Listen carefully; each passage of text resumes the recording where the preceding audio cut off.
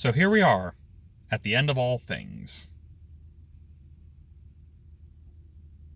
I mean, how else was I going to start this review, discussion, rant, thingy? So anyway, I just got out of a showing of the extended edition of Return of the King. 4.5 hours, because they actually had previews.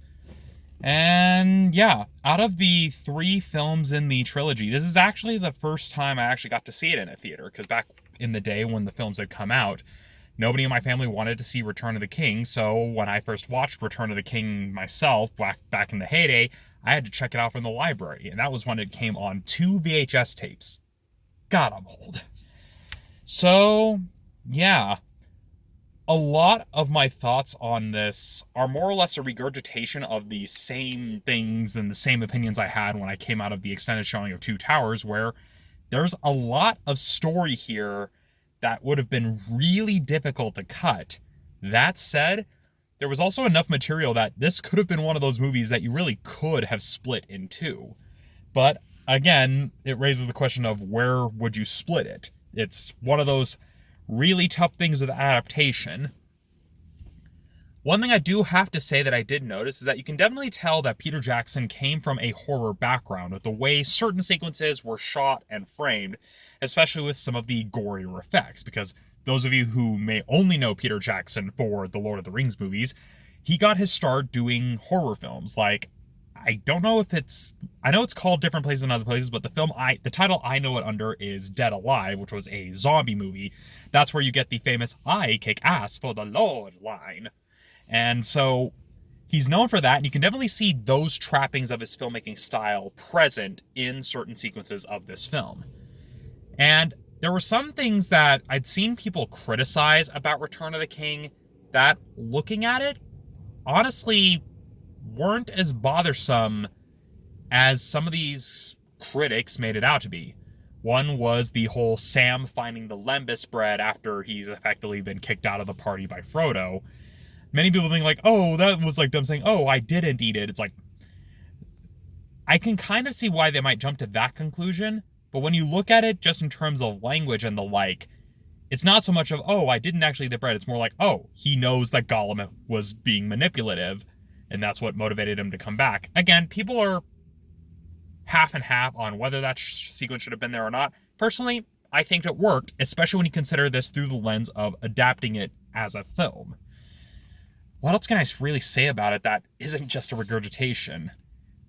Honestly, it's a bit hard because this is a very dense story with a lot that is going on. It builds on that same idea of just how exhausting warfare actually is, and also kind of the lengths of desperation some people will go to. Even characters like Aragorn, when he's literally like, okay, I'm gonna go to this area that has a bit of a spooky urban legend attached to it, because we need reinforcements. And yeah, it does have the cool payoff and everything, but it kind of reinforces that idea of, hey, this is a desperate time, we're doing something desperate here.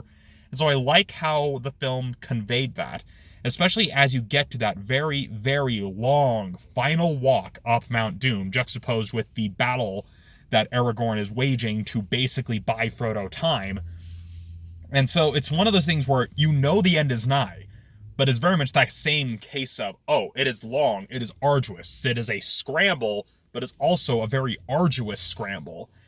And so that's probably the biggest thing that I noticed looking at how Return of the King, the film adaptation, is structured, is that it builds upon the overall style of the Two Towers, but then kind of adds to that where it's like, okay, well, yeah, you had the big celebratory victory at the end of both the Battle of Helm's Deep as well as the taking of Isengard, but it's kind of one of those, but the war's not over yet. We still got to push through. We still got to push through.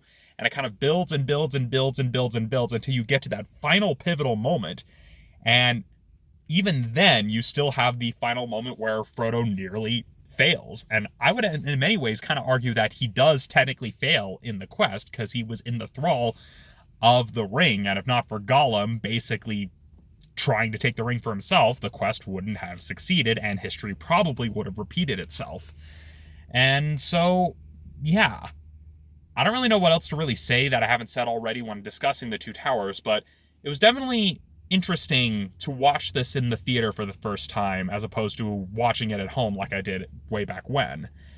And I have to admit that I do get a little bit emotional when I hear the song Into the West, but that's because of some very personal reasons, not so much because of nostalgia for the film itself.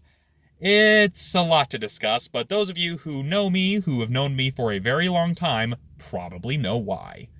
So, yeah. A little bit unfocused, but I don't really have much else to say aside from the fact that I have finally seen the entire extended edition of the Peter Jackson Lord of the Rings trilogy.